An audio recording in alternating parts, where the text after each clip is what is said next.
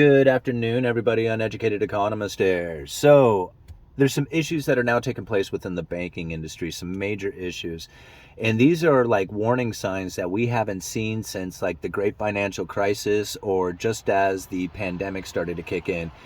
And that's the activity at the discount window from the Federal Reserve. And this is kind of confusing to think about when you when you think about like where it is that banks get their funding from. Like, how is it that they're able to operate the next day if they are in need of reserves or if they are in need of liquidity or basically the cash in order to operate the next day?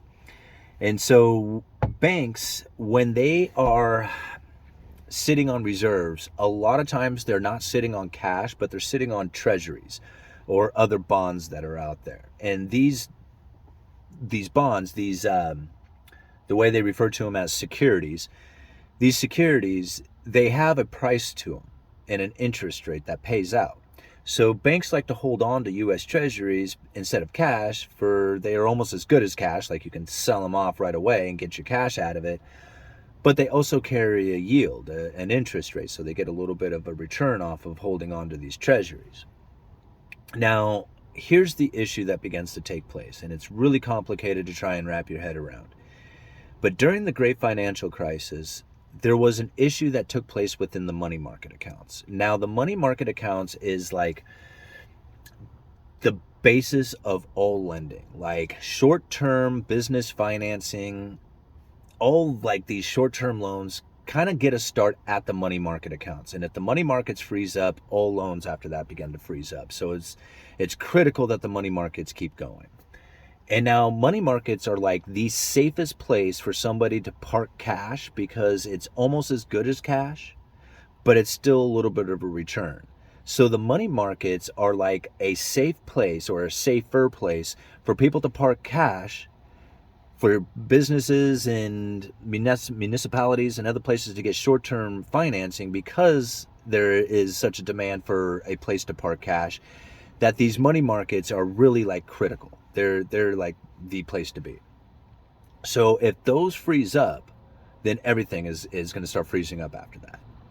That's what happened in the great financial crisis. Is the money market started freezing up. People were pulling their cash out, and there just simply wasn't enough liquidity in the money markets to continue to operation. So they froze the money market accounts, saying no more deposits, no more withdrawals. There's like these markets are freezing up.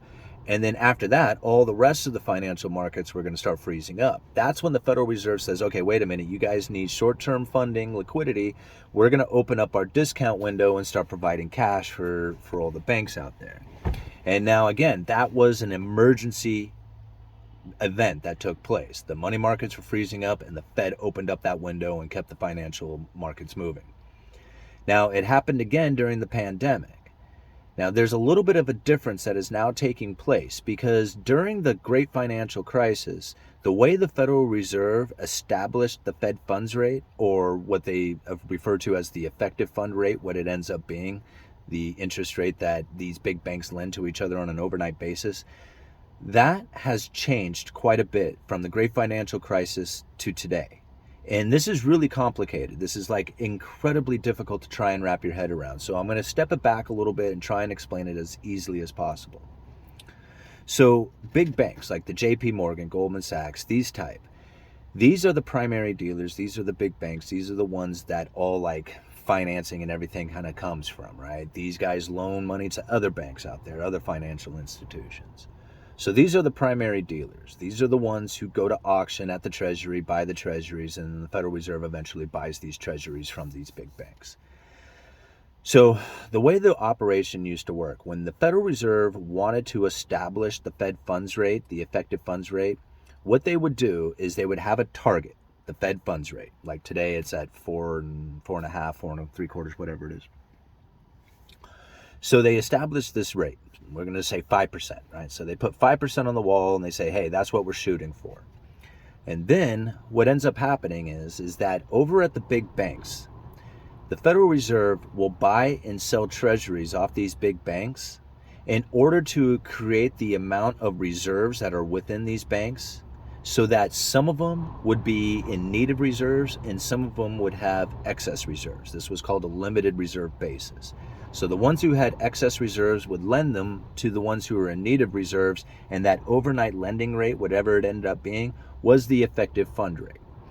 The Federal Reserve needed to adjust that. They would buy or sell treasuries off those big banks until they were able to get the appropriate level to establish that effective fund rate, that overnight lending rate, to be what the Fed funds was. So I don't know if you got that, but basically the Federal Reserve would establish a level of treasuries or reserves within the big banks so that their overnight lending would land within the parameters of the Fed funds rate that they were shooting for. That's where all lending would then begin to take off from that interest rate. So if the big banks would lend to each other at that rate, any lending that they do after that would be at a higher interest rate. So this is how the Federal Reserve was able to adjust interest rates within the economy, is by establishing the amount of reserves that were sitting on these big banks. That's all changed now. So they've gone into what they call a abundant reserve system, and all these banks were loaded up during the great financial crisis and then again during the quantitative easing programs during the pandemic. And so what that ended up doing is it flooded the big banks with these reserves, and they didn't need to lend to each other on an overnight basis any longer.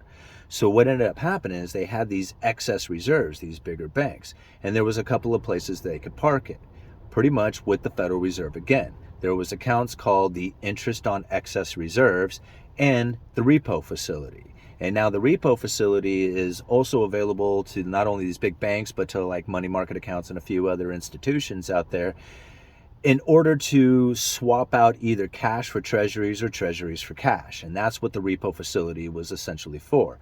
And we saw the repo facility really step up into the game back in September of 2019. What had happened back then is that there was a lot of government spending that was taking place. And now these big banks, the JP Morgan, Goldman Sachs, the primary dealers, they were buying up this US debt as the government was spending. So they were loaded on treasuries.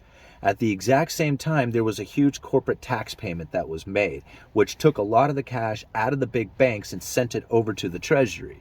Now, it didn't really go to the Treasury. It went to an account at the Federal Reserve called the Treasury General Account, but it doesn't matter. It took the cash out of the big banks and moved it over to this account that was no longer had the cash within the big banks, right? So it took the cash out of the big banks with this tax payment.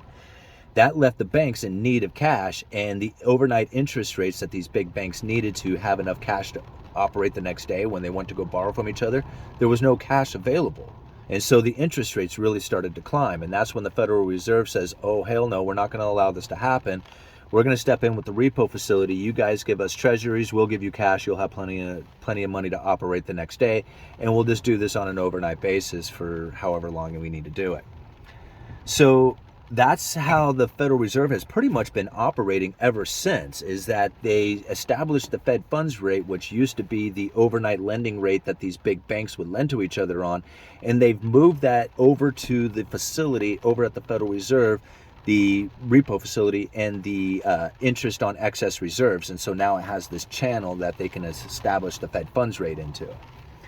Now, when it comes to the discount window, this is a little different, because there are banks out there who don't necessarily have access to that repo facility, because what they are using to try and get that cash is not available for those facilities. Now, I'm not necessarily sure about the repo facility, but definitely some of the other lending facilities that the Federal Reserve has established, like the Federal Home Loan, what's it called? FHLB, something like that. Federal Home Loan. Anyway, I'll leave a link down in the description for you guys to this stuff.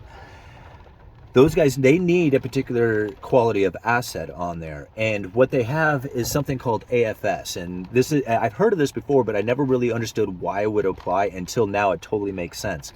And now this is the basically available for sale is what I believe AFS is standing for. And now when you think about like having a bond portfolio, when the interest rates go up, the bond portfolio price begins to shrink. And now if you have a bond portfolio that is shrinking, you may end up to a spot in which that selling that bond portfolio will provide a loss, right? It will be a loss to do that because the prices have come down. So if you understand the bond market, if you held on to those bonds to maturity, you would get your money back, your principal back, plus the interest payment. But if you were looking to liquidate, try to get out of that bond market, you would end up taking a loss because the bond prices are now falling and the interest rates are rising. And that's one of the problems that some of these banks are now experiencing, is they want to use some of that for collateral, but because it's not available for sale anymore, they can't use it for collateral because the bond price has fallen. Does that kind of make sense? So some of these facilities that the Federal Reserve would typically have available for these banks are not available to them anymore. And now they're looking towards the discount window because that's the one place that they can actually go to get the funding. And this is a sign of issues that are taking place within the banking industry. It shows that there is a liquidity, a tightening of liquidity that is not available, and now they are seeking out other places to find that liquidity, and the discount window is one of them. So is it a sign that there is like major problems? Nah, not necessarily, but it definitely is something to be alarmed about because, like I said, the last time we had activity like this was right before the great financial crisis, and then again prior to the pandemic. So is it an early warning sign? Very well could be. You guys let me know. Uneducated Economist. I'll leave links down in the description. Let's see, what else? I think that's it for now. All right. Uneducated Economist, you let me know.